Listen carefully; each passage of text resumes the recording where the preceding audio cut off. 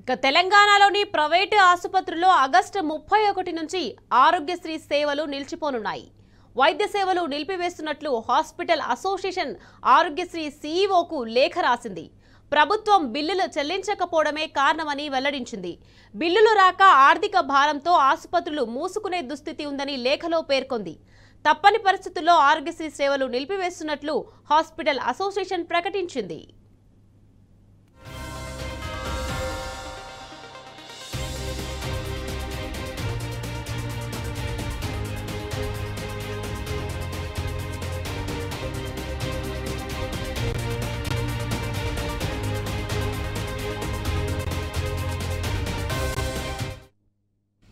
తెలంగాణలోని ప్రైవేటు ఆసుపత్రుల్లో ఆగస్టు 31 నుంచి ఆరోగ్యశ్రీ సేవలు నిలిచిపోనున్నాయి. రైట్, ఇదే విషయానికి సంబంధించి మరింత సమాచారాన్ని మా ప్రతినిధి మహేష్ అందించేందుకు సిద్ధంగా ఉన్నారు.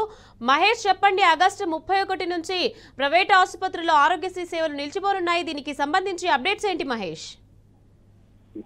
10 రోజుల్లో పెండింగ్ బకాయిలు చెల్లించడంతో పాటు వైద్య సేవలను నిర్ణయించిన ధరలను ప్రభుత్వం పునఃసమీక్షించిన నేపథ్యంలో ఈ నెల 31 నుంచి అర్ధరాత్రి నుంచి ఆరోగ్యశ్రీ సేవలను నిలిపివేయాలని నిర్ణయించినట్టు Telangana Aarogyasri network hospitals association తెలిపింది. గత జనవరిలో ఇచ్చిన హామీల విషయంలో ప్రభుత్వం నిర్లక్ష్యంగా వ్యవహరిస్తున్న నేపథ్యంలో ఈ నిర్ణయం తీసుకున్నట్టు కూడా అసోసియేషన్ తెలిపింది. తమ నిర్ణయాన్ని తెలియజేస్తూ ఆరోగ్యశ్రీ సీఈఓ ఉదయ్ కుమార్ కూడా నిన్న నోటీసులు కూడా పంపించిన పరిస్థితి నెలకొంది.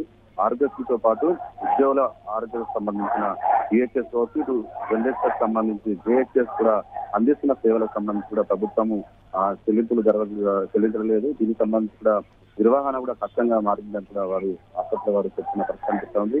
ఆరోగ్యశ్రీ పథకం కింద మొత్తం రాష్ట్రంలో 471 ప్రైవేట్ ఆసుపత్రులు ఉన్నాయి. వీటన్నిటి కలిపి ప్రభుత్వం దాదాపు 1000 కోట్ల పైగా బకాయి ఉన్నట్టు కూడా వారు చెప్తున్న పరిస్థితి కనిపిస్తుంది. ఇంత పెద్ద ఎత్తున భారీ మొత్తంలో కూడా బకాయిలు ఉన్నాయని ప్రభుత్వం నుంచి సరైన స్పందన లేకపోవడంతోనే ఈ నెల 31న అర్ధరాత్రి నుంచి కూడా ఆరోగ్యశ్రీ సేవలను నిరవధికంగా నిలిపేయాలని కూడా నిర్ణయించినట్టు వారు చెప్తున్నారు.